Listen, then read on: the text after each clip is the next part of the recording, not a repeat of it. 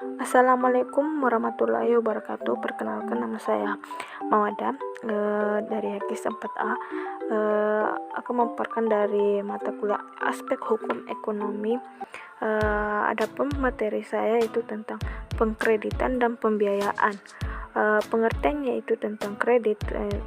Menurut Undang-Undang Nomor 10 Tahun 1998 Pasal 1 tentang penyediaan uang atau tagihan yang dapat dipersamakan dengan itu berdasarkan persetujuan atau kesepakatan pinjam-meminjam antar bank dengan pihak lain yang mewajibkan pihak peminjam untuk melunasi utangnya setelah jangka waktu tertentu dengan pemberi bunga.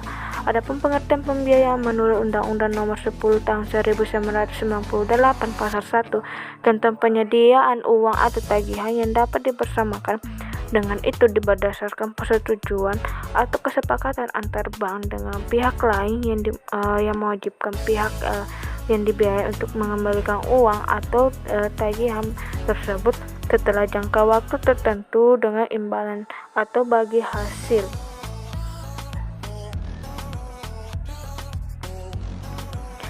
Selanjutnya itu unsur-unsur kredit.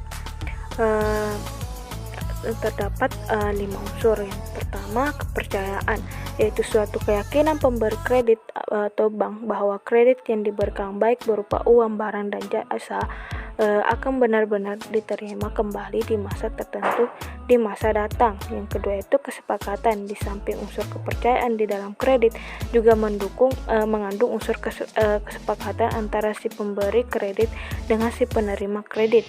Yang ketiga, jangka waktu. Setiap kredit yang diberikan pasti memiliki jangka waktu tertentu. Jangka waktu ini mencakup masa pengembalian kredit yang telah disepakati. Yang keempat, faktor risiko kerugian dapat diakibatkan dua hal, yaitu risiko kerugian yang diakibatkan nasabah sengaja yang tidak mau membayar kreditnya padahal mampu, dan kedua itu risiko kerugian diakibatkan karena nasabah tidak sengaja atau akibat terjadinya musibah seperti bencana alam. Yang kelima, balas jasa dalam bentuk bunga, biaya provisi dan komisi, serta biaya administrasi kredit. Ini merugikan keuntungan bank. Tetapi sedangkan bagi bank yang berdasarkan prinsip syariah, balas jasanya ditentukan dengan bagi hasil. Selanjutnya itu tujuan pemberian kredit. Yang pertama, mencari keuntungan. Tujuan utamanya yaitu pemberian kredit memperoleh keuntungan, dan hasil keuntungan ini diperoleh di dalam bentuk bunga yang diterima oleh bank sebagai balas jasa dan biaya administrasi kredit yang dibebankan kepada nasabah. Yang kedua itu membantu usaha nasabah.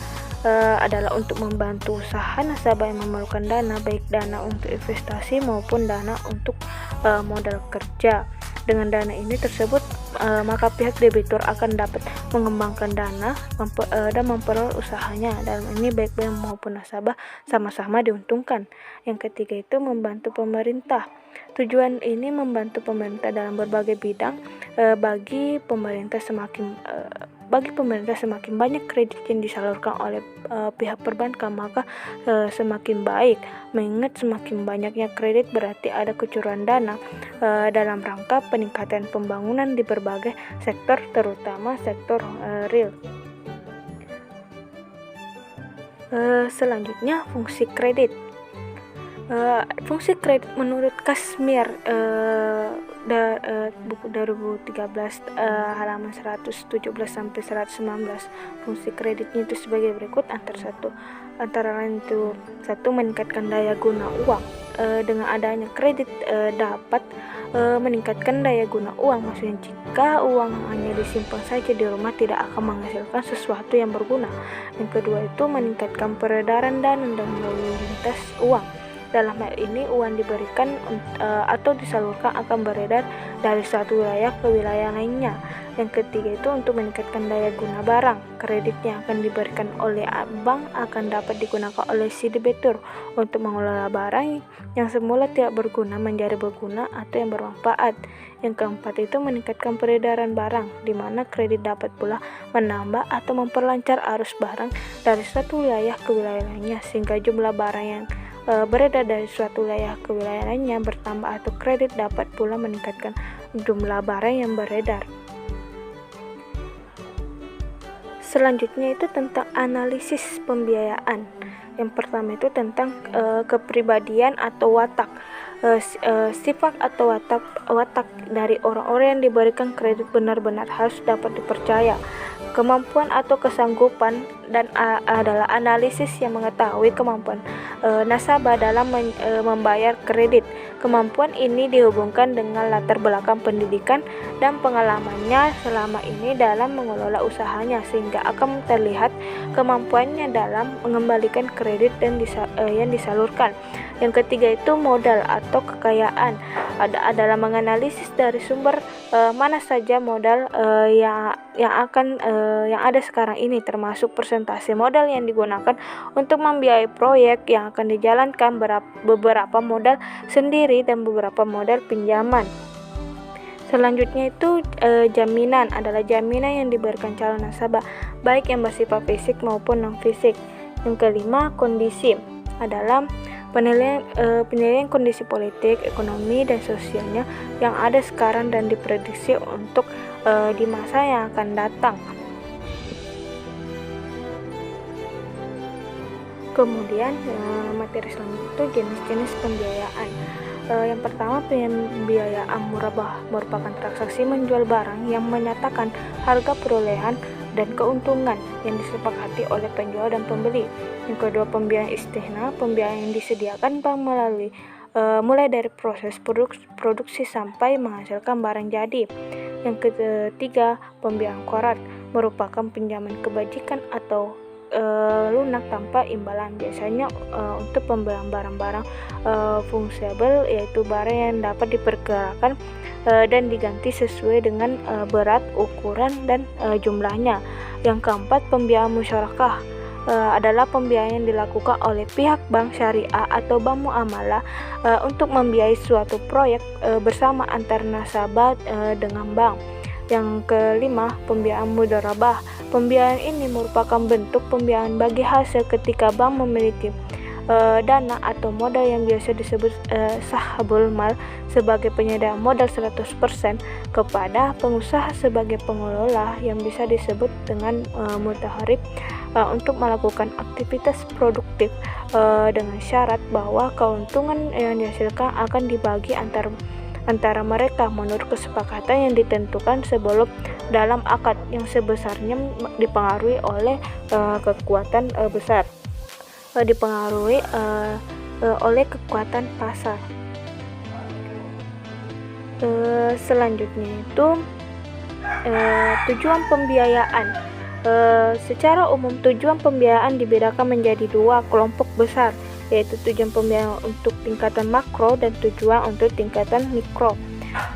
Antara lain, tujuan pembiayaan secara makro terbagi menjadi 4. Yang pertama itu peningkatan ekonomi umat, artinya masyarakat yang tidak dapat akses secara ekonomi, dengan adanya pembiayaan mereka dapat melakukan akses ekonomi. Yang kedua itu dana bagi peningkatan usaha, artinya untuk pengembangan dana membutuhkan dana tambahan. Yang ketiga, meningkatkan produktivitas, artinya adanya pembiayaan memberikan peluang bagi masyarakat usaha agar mampu meningkatkan daya produksinya.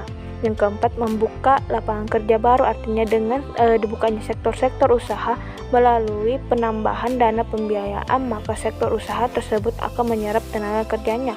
Yang terakhir itu tentang terjadinya distribusi pendapatan, artinya masyarakat usaha produktif maupun melakukan aktivitas kerjanya, berarti mereka memperoleh pendapatan bagi hasil.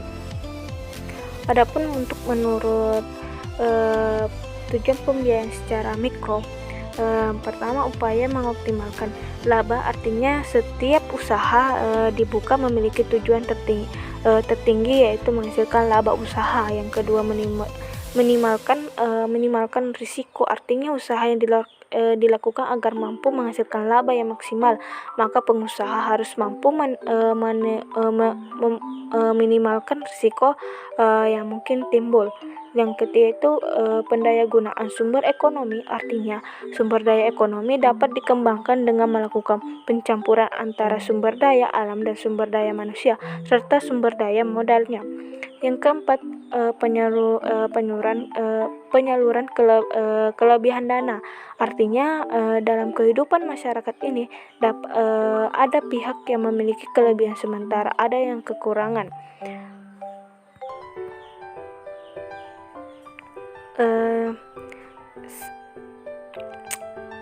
Sekian dari saya. Wassalamualaikum warahmatullahi wabarakatuh.